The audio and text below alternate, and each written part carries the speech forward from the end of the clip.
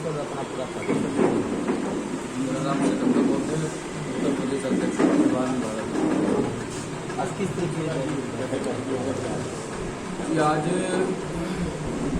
चलो गाँव की ओर अभियान प्लस जिला पंचायत चुनाव जिस तरीके से आ रहा है, तो आदरणीय बड़े भाई चंद्रशेखर आजाद जी, माननीय राष्ट्रपति नरेंद्र सिंह जी के आदेशानुसार संयुक्त बैठक विमान आजाद समाज पार्टी की मंडल लेवलों पर की जा रही है। उसी की समीक्षा के लिए मैं यहाँ आया। क्या दिशा निर्देश दिए जा रहे हैं?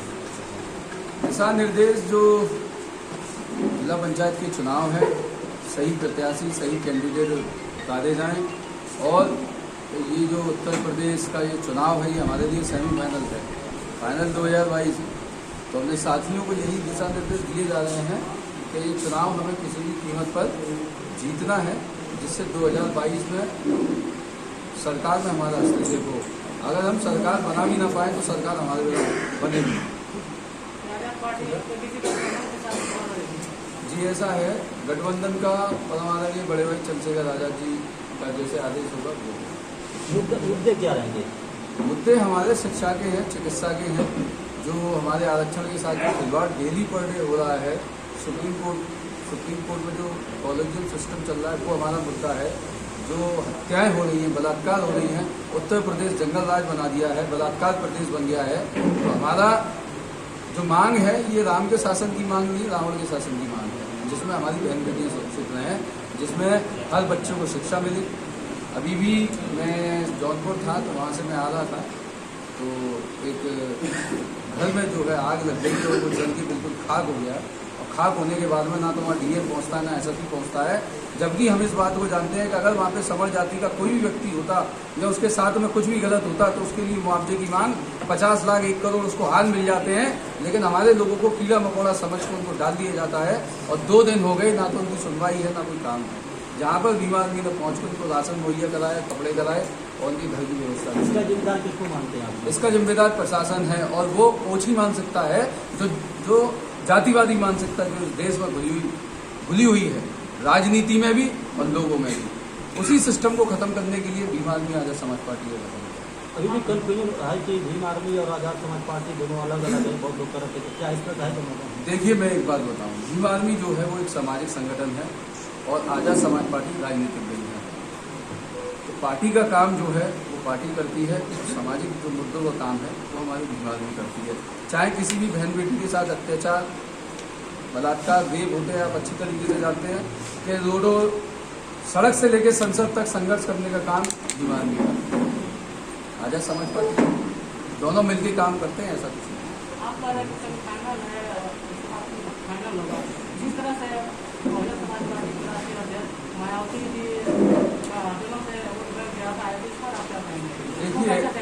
देखिए ऐसा है, मायावती जी के पास था है नहीं, जो सड़कों पे लड़ेगा, जो डंडे खाएगा, जो जेल जाएगा, जो मुकदमे लगवाएगा, समाज देखता है।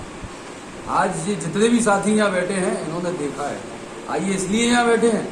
ये सब वोट बैंक बसपा का था, हम भी बसपा के थे, हम भी वोट दिया करते थे।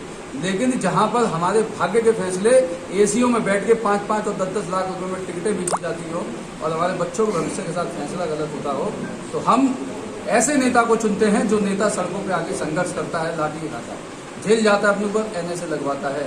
जब भी जरूरत पड़ती है इस देश को एनआरसी एनपीआर जैसे मामलों में अपने आप को 56 दिन जेल में रह के आता है। हमें ऐसा नेता चाहिए सड़कों पर लगने वाला।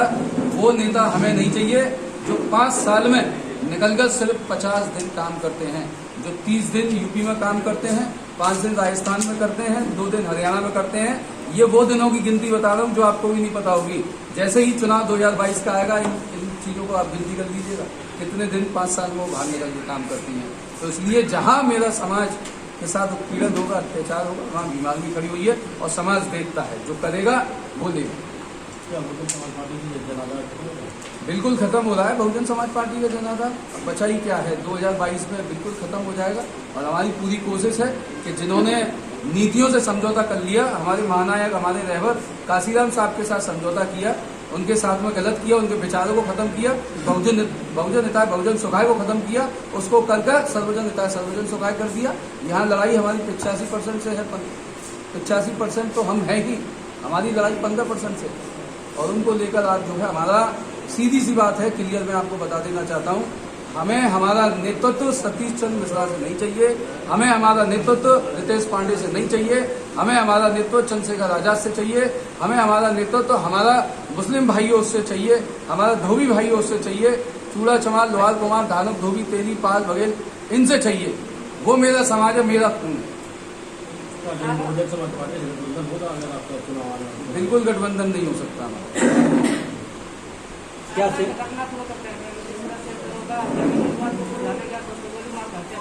देखिए, आगरा की जो घटना है वो मेरा गृह जनपद है और वहाँ पे जो यादव जी हैं हमारे, उन्होंने मुलाकात भी कर चुका था एक आध कई मामलों में। जिस थाने का वो मामला है वो विवाद को सुलझाने गए थे, लेकिन वहाँ जिस विवाद में जिस तहस नहस से वो निकाले गए असले का माल तो उनको भाग गया, वो पूरी माल की भाग गया, इसमें हम तो कुछ कह नहीं सकते हैं क्योंकि वो आपराधिक मामला तो नहीं था, वो विवादों का मामला था। धीरे धीरे मामले ऐसा नहीं है। क्या अपराधी पे कौन होते हैं? बिल्कुल है, पूरे इस उत्तर प्रदेश के 75 जिले हैं और 75 जिलों में एक भी जिला ऐसा नहीं है जहां पर हमारी SC ST OBC माइनॉरिटी की बहन बेटी की अजमतों से ना खिलवाड़ होता हो, चाहे वो गोरखपुर हो, आजमगढ़ हो, भदोही हो, बलिया हो, मऊ हो, फतेहपुर हो, आगरा हो, हाथरस हो, उन्नाव हो। अभी ताज़ा घटना है उन्नाव की, हाथरस की कितनी कैसी घटना है ये आप सभी जानते हैं। पंचायत के चुनाव के क्या टिकट मिलेंगे आगे तक किस तरह? जी बिल्कुल बिल्कुल, पार्टी का प्रचार हो रहा है और टिकट जो है वो ऊपर से तय की जाएंगी। इसके लिए एक विंग जो है तैयार की गई है। कल आदरणीय बड़े भाई चंद्रशेखर आजाद जी ने पूरे उत्तर प्रदेश की बैठक कल जो है लखनऊ में बुलाई थी, उसी में ये सारे फैसले लिए गए हैं। वो विंग ही जो है वो तैयार करेगी, जो भी नाम यहाँ से जाएंगे उनको सारा सब प्रदेश कमेटी और राष्ट्रीय कमेटी तय करेगी। क्या समझा कि बहुजन समाज पार्टी की जगह Bhim army Bharat action mission के नाम से जानी जाएगी? नहीं, देखिए, बहुजन समाज पार्टी 2007 से पहले बहुजन समाज पार्टी थी, आज वो भैया और भतीजा पार्टी है, समझ रहे हैं ना। जो मायावती जी ये बयान दे देती हैं कि सपा को हराने के लिए हम भाजपा में वोट देंगे, तो भाजपा में वोट आपका भाई दे, आपका भतीजा दे और आप खुद दें, लेकिन मेरा समाज, मेरी कौम इस भाजपा को एक रत्ती पर वोट नहीं देगी, पानी का घूंट भी नहीं देगी। क्योंकि इस पार्टी ने, एक चाय वाले ने पूरा देश बेचा और आज जो मंदिरों में जिनको बैठना चाहिए था वो जाके CM की कुर्सी संभाल लें, तो इस देश का बंटाधार तो होना ही था। यहाँ तक कि शिक्षा का बजट सबसे कम होता है, लेकिन अयोध्या में दीपक जलाने का बजट सबसे बड़ा होता है, अगरबत्ती धूपबत्ती होगा। तो ये इस देश की कितनी बड़ी विडंबना है कि जहाँ बाबा साहब डॉक्टर अम्बेडकर ने शिक्षा के लिए इतना संघर्ष किया, शुरू से लेके छोटे बच्चे से लेकर 18 साल तक उनको शिक्षाएं फ्री दी, इस संविधान को खत्म कर दिया, आज खोखला कर दिया। लेकिन ये जो लड़ाई है ये सड़कों पर जारी रहेगी और पूर्ण रूप से जारी रहेगी, और जब तक जारी रहेगी और हमारे होते हुए ये संविधान को जो उन्होंने खोखा बनाया, अगर हमें 2022 में मौका मिलता है तो हम चैलेंज के साथ ये कहते हैं कि एक भी भगवा दादी सड़कों पर नहीं दिखेगी, गाय को बचाता हूँ। बीजेपी के कमाल से इन्हें आजाद को लेकर सुनो बड़ा चिंता है कि आजाद नहीं होना चाहिए, तो क्या करेंगे? 2 घंटियाँ सुबह बजती हैं, एक मंदिर की और एक विद्यालय की। ये आपको तय करना है। मंदिर जाने से भिखारी पैदा होते हैं और विद्यालय जाने से अधिकारी। अभी आप खुद तय कर लीजिए कि कहाँ आपको जाना है। मंदिर मस्जिद से हमारी कोई लड़ाई नहीं है, हमारी लड़ाई है इस देश की सत्ता से, हमारी लड़ाई है अपनी बहन बेटियों के लिए, हमारी लड़ाई है अपने युवाओं के लिए जिनको मूंछ रखने पे मार दिया जाता है, हमारी लड़ाई है उन बेटियों के लिए जो 8-8 साल की आसिफा, जिसको कश्मीर में 8 दिन मंदिर में बंद रखा जाता है और उसको मार दिया जाता है सर पत्थर से कुचल कर। हमारी लड़ाई है उस उन्नाव की बेटियों के लिए, 3-3 बेटियों को एक ही खेत में उनको दुपट्टे से मार दिया जाता है जहर देकर। हमारी लड़ाई है उस मनीषा के लिए जिसकी जीभ काट दी जाती है और रीढ़ की हड्डी तोड़ दी जाती है। तो हम बताना चाहते हैं कि इस राम राज में कोई बेटी सुरक्षित नहीं है, अगर सुरक्षित होगी तो रावण राज में सुरक्षित होगी। देखिए, किसानों का मुद्दा वो हमारे अन्नदाता हैं और उन्होंने वो करके दिखाया है जो किसी ने करके नहीं दिखाया है। आज भी वो संघर्ष कर रहे हैं और कम से कम 250 के करीब मौतें हो चुकी है किसानों की। हर एक मौत का बदला लिया जाएगा, बदले से, लड़ाई से नहीं, आंदोलन से लिया जाएगा। हमारे बाबा साहब ने, हमारे संविधान ने कभी उद्यम मचाना नहीं सिखाया, इसलिए हम उद्यम नहीं मचाते। हमारे जो हक हैं उनको लेने के लिए सड़क से लेके संसद तक हम संघर्ष करेंगे, कर भी रहे हो कर रहे हो। कोविड-19 को लेकर क्या कहेंगे जी कोविड-19 को लेकर क्या कहेंगे कोविड-19 को लेके हमारे किसी कार्यकर्ता ने मास्क नहीं लगाया उसको मैं आज आपको एक बात बता दूं। कोविड-19 को लेके मैं एक बात कहना चाहता हूँ, इससे भी बड़ी महामारी मेरा समाज भोग रहा है। 1950 से पहले पीछे झाड़ू और गले में हड्डियाँ थी। ये कोविड-19 से भी बुरी बीमारी है जो जातिवादी फैली हुई है, जिसका उत्पीड़न अत्याचार आज भी गांव-गांव गलियारों में होता है। उससे भी बड़ी महामारी है जिससे हम लड़ रहे हैं। ये हमें क्या मारेगी? 2 वक्त की रोटी जिस कौम के पास नहीं है, कपड़े नहीं है, फूस की झोंपड़ियाँ हैं, ये बीमारी हमें क्या मारेगी? हम कोविड-19 से न जाने कब से वो कर रहे हैं। अब इनका पॉलिटिकल मुद्दा है कोविड-19, दैट्स ऑल। इनको जहां भी लगता है चुनाव में तो ये लॉकडाउन कर देते हैं, सब कोरोना है। अपने चुनाव की बात हो तो कोई दिक्कत नहीं है।